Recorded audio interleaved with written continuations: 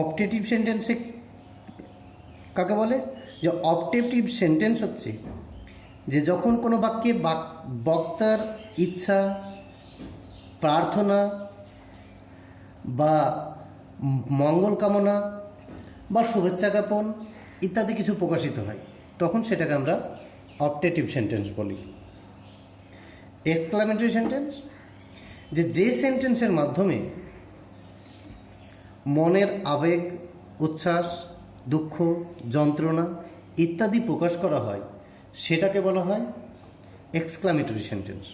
তাহলে direct স্পিচের reported speech অনুযায়ী reported স্পিচকে আমরা এই 5টা সেন্টেন্স অনুযায়ী ইনডাইরেক্টে পরিবর্তিত করব। এখন আমরা পরপর সেগুলো আলোচনা করব। অ্যাসার্টিভ সেন্টেন্স, যে আমরা আগেই বলেছি সেন্টেন্স কাকে বলে।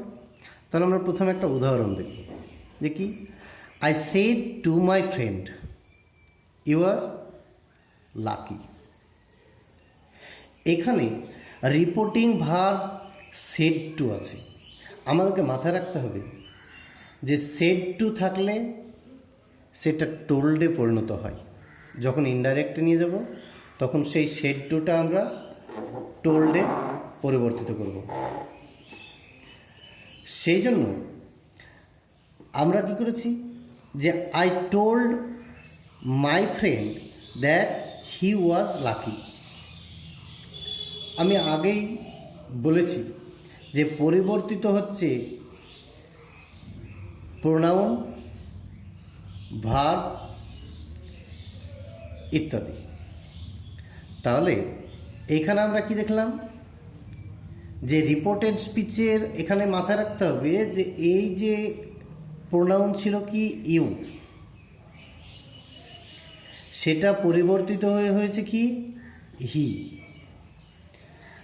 আমি প্রথম দিকে যেটা দেখিয়েছিলাম একটা উদাহরণ, সেখানে কি রিপোর্টেড স্পিচ ছিল আই, সাবজেক্ট, সেটাও পরিবর্তিত হয়ে হি হয়েছিল।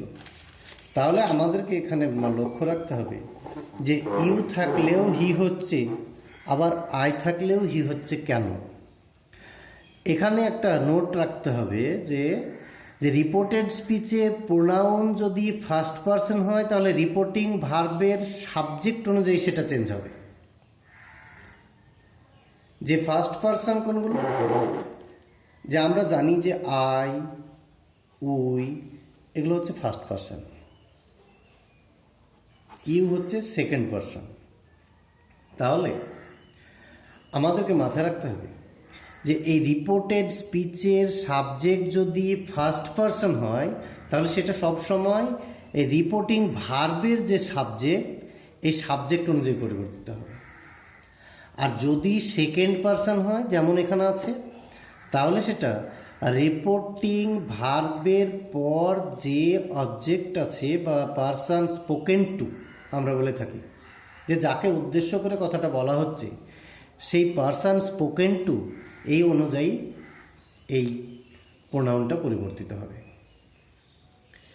তাহলে ফার্স্ট পারসন হলে আমরা কি বললাম, যে ফার্স্ট পারসন হলে সাবজেক্ট অনুযায়ী চেঞ্জ হবে, সেকেন্ড পারসন হলে সেই প্রোনাউনটা কি হবে, যে অবজেক্ট অনুযায়ী চেঞ্জ হবে।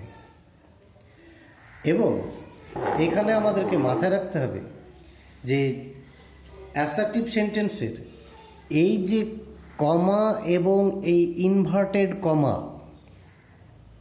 এটা তোলার জন্য আমাদেরকে একটা লিঙ্কার হিসাবে এই দ্যাটটা ব্যবহার করতে হবে ইনডাইরেক্ট স্পিচে। তাহলে ইনডাইরেক্ট স্পিচে কমা, ইনভার্টেড কমা থাকবে না, সেটার পরিবর্তে আমাদেরকে দ্যাট ব্যবহার করতে হবে একটা লিঙ্কার হিসাবে। এবার আমরা যাব ইন্টারোগেটিভ সেন্টেন্স। যে ইন্টারোগেটিভ সেন্টেন্স আমরা আগেই বলেছি যে এই সেন্টেন্সের মাধ্যমে কোনো কিছু জানতে চাওয়া হয় বা জিজ্ঞেস করা হয়। আমরা প্রশ্নের উত্তরের ধরন অনুযায়ী সেন্টেন্সগুলোকে আমরা দুটো ভাগে ভাগ করি। একটাকে বলি ইয়েস নো কোয়েশ্চেন, আরেকটাকে বলি WH question. Yes no question যে কোশ্চেনের উত্তরটা আমরা হ্যাঁ অথবা না দিয়ে আমরা দিতে পারি। যেমন একটা উদাহরণ হিসাবে আমরা দেখি, যেখানে আমি একটা উদাহরণ লিখেছি যে Rakesh said to Rima, do you know mister Sen. এই যে রিপোর্টেড স্পিচ, যে do you know mister Sen, এই অংশটা হচ্ছে একটা ইন্টারোগেটিভ সেন্টেন্স, এবং এটার উত্তর আমরা যদি দিই তাহলে হ্যাঁ অথবা না দিয়েও দিতে পারি। যে হ্যাঁ, যে do you know mister Sen, যে তুমি কি মিস্টার সেনকে চিনো, যে হ্যাঁ চিনি বা না চিনি। তাহলে যেহেতু এটা ইয়েস নো কোশ্চেন, সেই জন্য ইয়েস নো কোশ্চেনের নিয়ম হচ্ছে যে যখন আমরা ইনডাইরেক্ট স্পিচে পরিবর্তন করব ডাইরেক্ট স্পিচটাকে, তখন এই প্রথমত এই সেড টু বা রিপোর্টিং যে ভার্ব, সেই ভার্বটাকে আমরা আস্কড, ওয়ান্টেড টু নো বা ইনকোয়ারিতে পরিবর্তিত করতে পারি।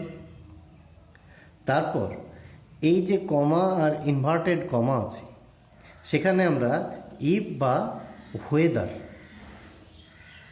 এই কথাটা আমাদেরকে বসাতে হবে লিঙ্কার হিসাবে।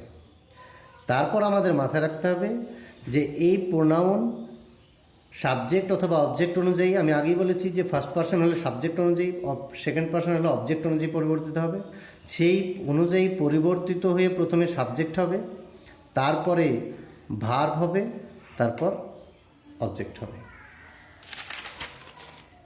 তাহলে আমরা এখানে একটা নোট দেখলাম কি, যে ইন্টারোগেটিভ সেন্টেন্সটি ইনডাইরেক্ট স্পিচে অ্যাসার্টিভ সেন্টেন্সে পরিণত হচ্ছে।